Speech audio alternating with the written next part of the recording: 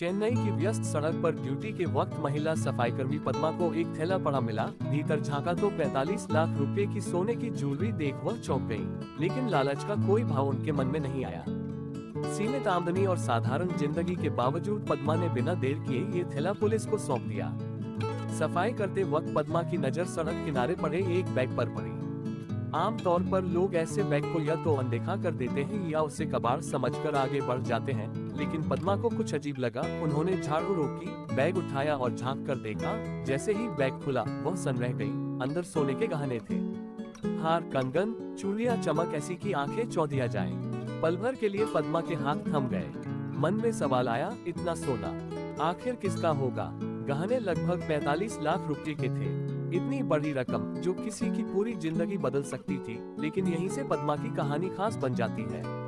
पद्मा ने न तो देर की न ही किसी से सलाह ली। उन्होंने बैग बंद किया और सीधा पौंडी बाजार पुलिस स्टेशन पहुंच गई। वहां पुलिस से कहा कि सड़क पर सफाई करते वक्त ये बैग मिला है। पुलिस भी हैरान रह गई जब बैग खोला गया और गहनों की गिनती और वजन करने के पश्चात गहनों की कीमत करीब 45 लाख रुपए आंकी गई। पुलिस रिकॉर्ड खंगालने लगी और जल्द ही पता चला कि नंगनल्लूर के रहने वाले रमेश ने कुछ समय पहले सोने से भरे बैग के खोने की शिकायत दर्ज कराई थी। जांच पड़ताल के बाद रमेश को थाने बुलाया गया। पहचान और पुष्टि के बाद वही बैग रमेश को सौंप दिया गया। रमेश की आंखों में राहत के आंसू थे और पुलिस स्टेशन में मौजूद हर शख्स की नजरें पद्मा पर टिक गई। एक ऐसी महिला जिसने चाहा होता तो सब कुछ बदल सकती थी, लेकिन उसने ईमानदारी को चुना। ये पहली बार नहीं था जब पद्मा और उनका परिवार ईमानदारी की मिसाल बना। पुलिस ने बताया कि कोरोना लॉकडाउन के दौरान मरीना बीच के पास पद्मा के पति सुब्रमणी को सड़क पर 1.5 लाख रुपए कैश मिले थे। तब भी उन्होंने बिना किसी लालच के पैसे पुलिस को सौंप दिए थे। पद्मा और सुब्रमणी एक किराए के घर में रहते हैं। परिवार में एक बेटा और एक बेटी है।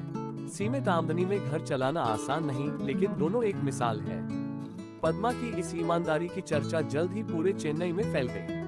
मीडिया से लेकर सोशल मीडिया तक हर जगह एक ही सवाल था, आज के दौर में भी क्या ऐसे लोग होते हैं? तमिलनाडु के मुख्यमंत्री स्टालिन तक ये खबर पहुंची तो उन्होंने पद्मा को सम्मानित करने का फैसला किया। मुख्यमंत्री ने पद्मा को सम्मान पत्र के साथ 1 लाख रुपए की नकद राशि भेंट की और कहा कि पद्मा जैसी महिलाएं समाज की असली ताकत है। मशहूर ललिता ज्वेलरी के मालिक ने भी पद्मा की ईमानदारी की सराहना की। उन्होंने पद्मा और उनके पति को अपने घर आमंत्रित किया और सम्मानित किया। पद्मा का मानना है कि अगर वह वो सोना रख लेती तो शायद कुछ समय की खुशहाली मिल जाती, लेकिन जिंदगी भर का बोझ भी साथ आता। पद्मा मानती है कि उनके बच्चों के लिए सबसे बड़ी विरासत ईमानदारी है, न कि सोना या पैसा। लोगों का कहना है कि आज पद्मा उन चंद लोगों में शामिल हो गई है जिनकी कहानियां समाज को आईना दिखाती हैं। जब लालच, भ्रष्टाचार और धोखाधड़ी की बातें रोजाना होती हैं, तब पद्मा जैसी महिलाएं उम्मीद जगाती हैं कि इंसानियत अब भी जिंदा है। चेन्नई की उस सड़क पर जब लोग उस रास्ते से गुजरते हैं तो शायद उन्हें याद आता है कि यहीं कहीं पद्मा को 45 लाख का सोना मिला था, लेकिन लालच, लोभ की जगह उन्होंने ईमान को चुना था।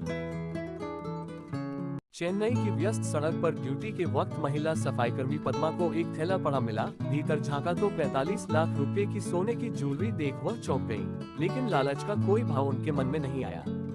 सीमित आमदनी और साधारण जिंदगी के बावजूद पद्मा ने बिना देर किए ये थैला पुलिस को सौंप दिया। सफाई करते वक्त पद्मा की नजर सड़क किनारे पड़े एक बैग पर पड़ी।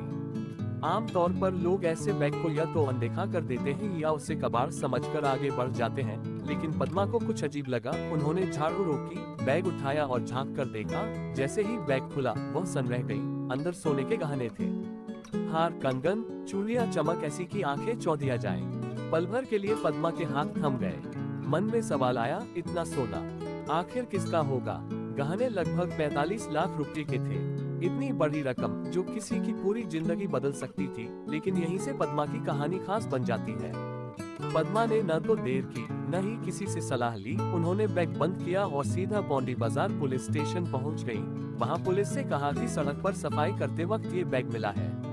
पुलिस भी हैरान रह गई जब बैग खोला गया और गहनों की गिनती और वजन करने के पश्चात गहनों की कीमत करीब 45 लाख रुपए आंकी गई। पुलिस रिकॉर्ड खंगालने लगी और जल्द ही पता चला कि नंगनल्लूर के रहने वाले रमेश ने कुछ समय पहले सोने से भरे बैग के खोने की शिकायत दर्ज कराई थी। जांच पड़ताल के बाद रमेश को थाने बुलाया गया।